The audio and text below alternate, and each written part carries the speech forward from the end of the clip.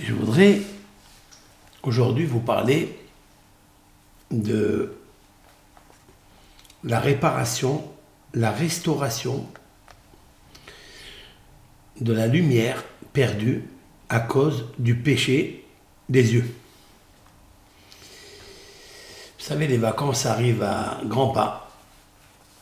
Malheureusement, toute l'année, à cause de tous ces réseaux sociaux, nous sommes pétris dans la faute, dans le péché. Je voudrais, avec l'aide de Hachem,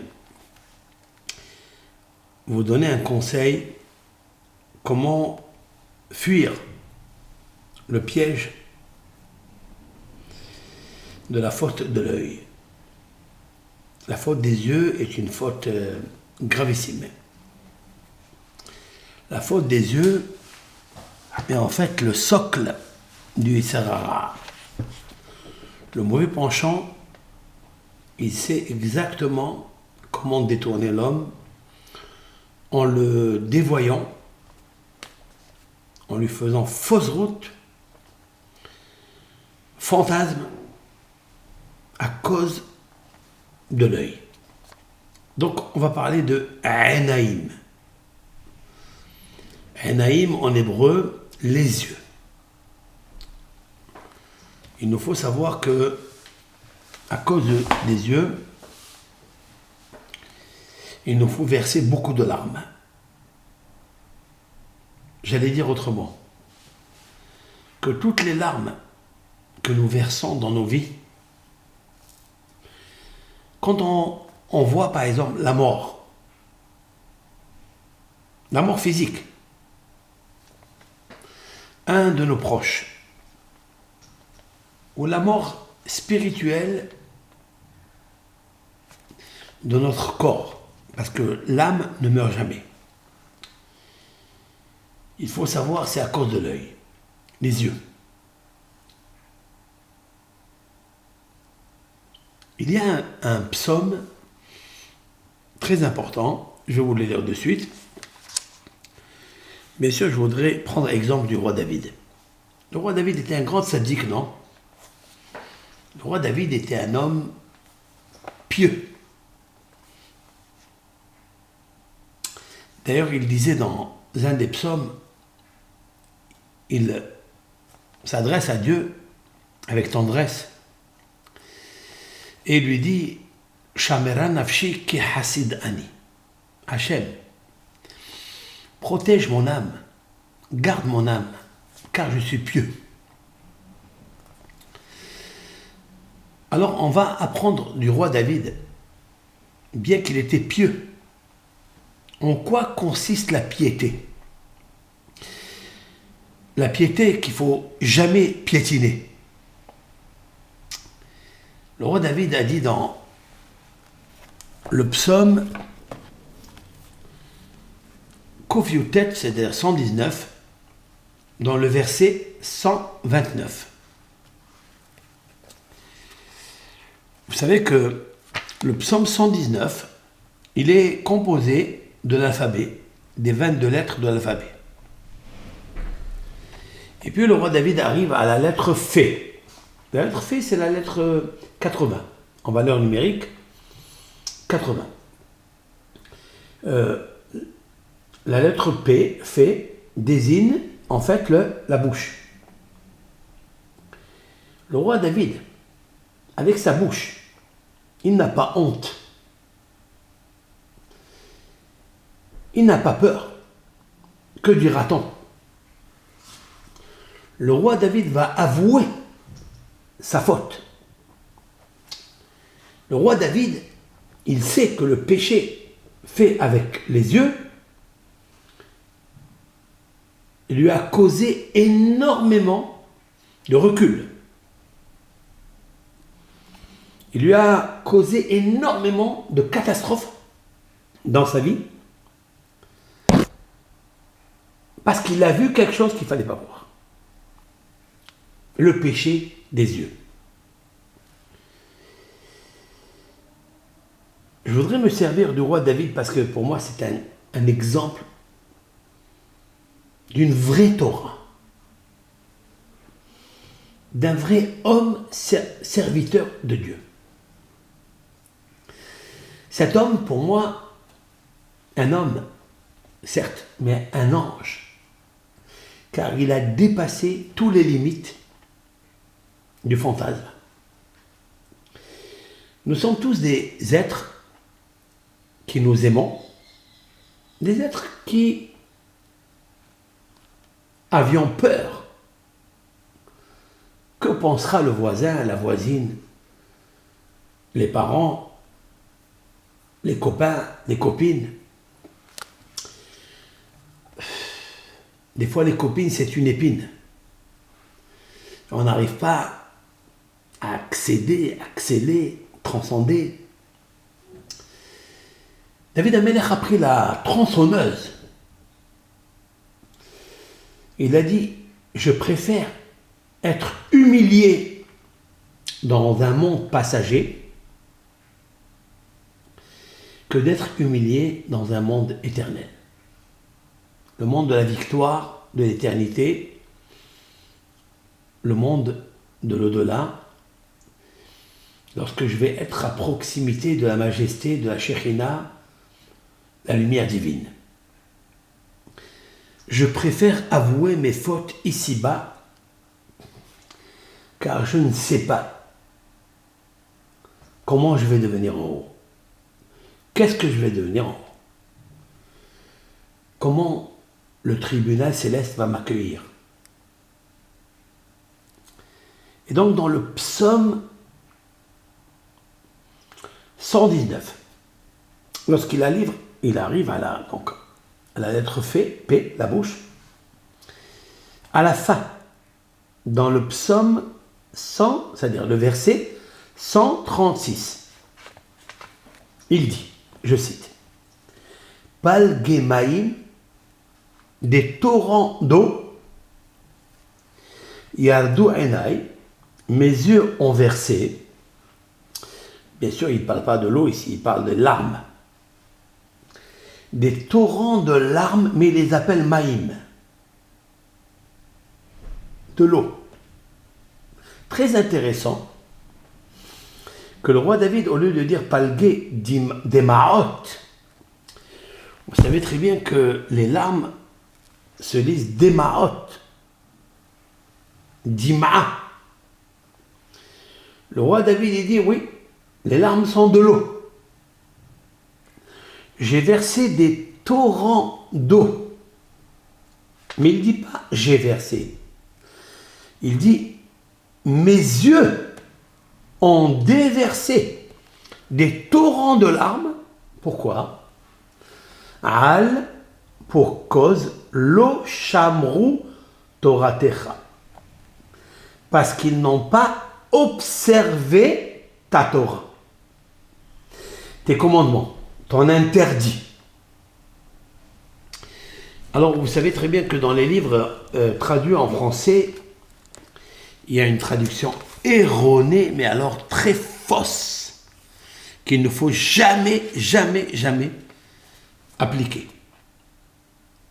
Dans le livre que je tiens, je tairai le nom, c'est marqué « Mes yeux ont versé des torrents de larmes parce qu'on n'observe pas ta loi. » Parce qu'on n'observe pas ta loi. Il parle à la troisième personne. Mais c'est complètement faux. Le roi David dit quelque chose de frais et vrai. Palgemaim, mais des torrents d'eau. Yardu Enai, mes yeux ont déversé. Al lo shamru toratecha. Parce que mes yeux n'ont pas observé ta Torah. Waouh! Cette explication que je vous donne, ça n'est pas la mienne. Je mentirais si je vous dis que c'est mon explication, mon interprétation.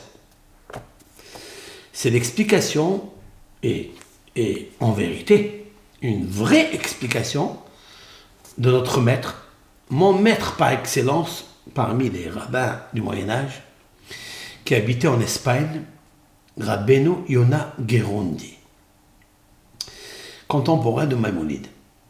À Gironde, c'est-à-dire en Espagne, il y avait une ville, donc Gironde. Il y avait un maître qui s'appelle Rabbeinu Yona. Il a écrit un classique qui s'appelle Sha'arei Teshuva, les portiques de la Teshuva.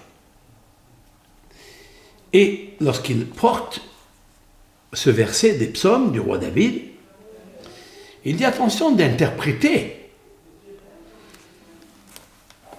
Alo shamarti toratecha. J'ai versé des larmes, des torrents de larmes, parce que je n'ai pas observé ta Torah.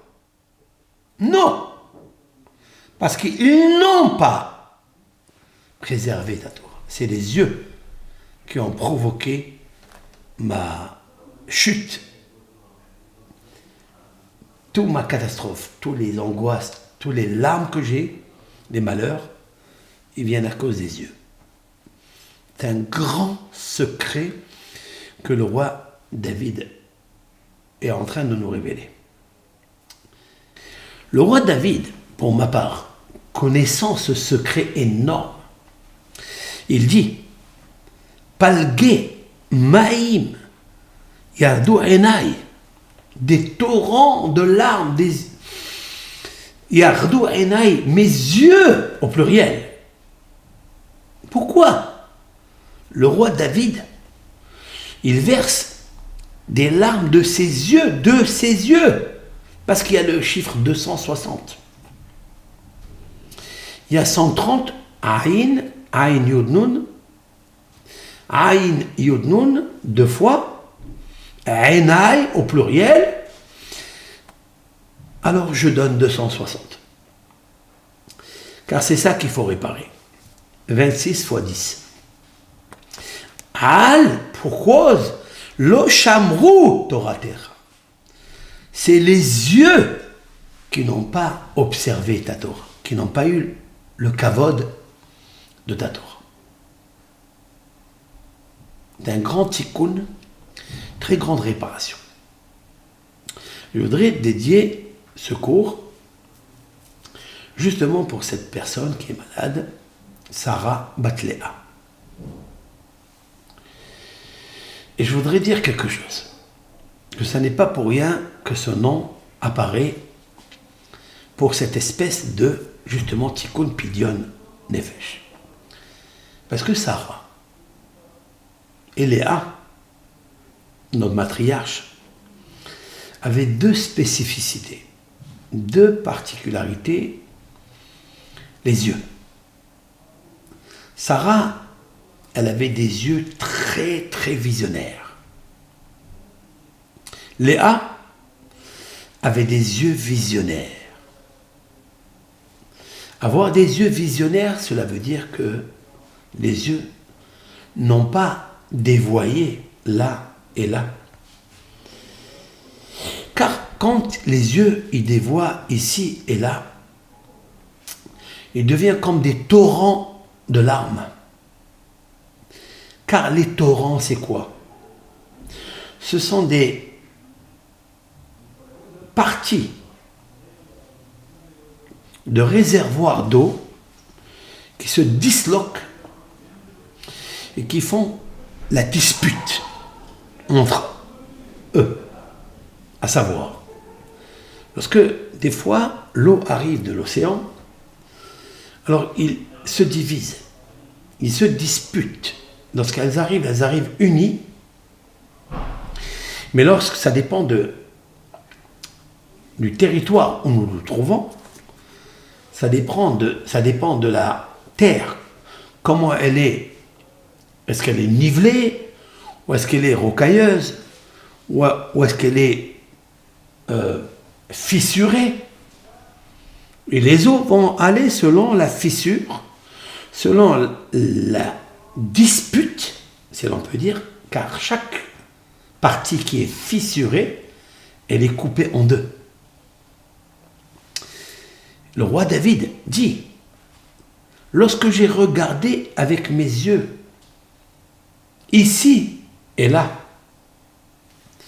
des choses interdites, un jour tel film, un jour telle photo, un jour telle vidéo, un jour, j'ai disloqué mes yeux. Je les ai rendus comme un torrent d'eau. Donc je suis obligé pour réparer cela, palge maim yardu einai. Palge, comme en araméen, la dispute ou la discussion s'appelle plukta.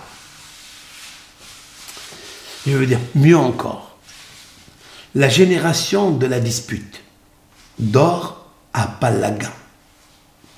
La génération où l'Éternel a fait en sorte qu'il se disloque, qu'il se divise, qu'il se dispute et que chacun va fuser au nombre de 70 veines, 70 nations, 70 langages, alors qu'il y avait un seul langage, un seul et unique langage pour la génération de la tour de Babel.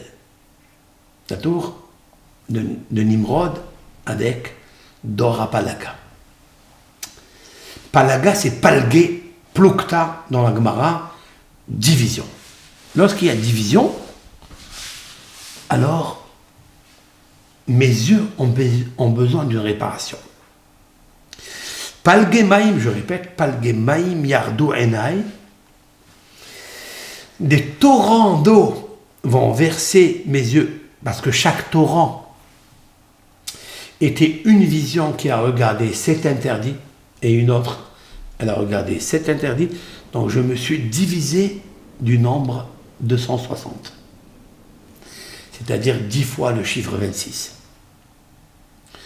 Autrement dit que pour réparer le chiffre 260, c'est-à-dire le chiffre 26 fois 10, il faut donner la somme de 260.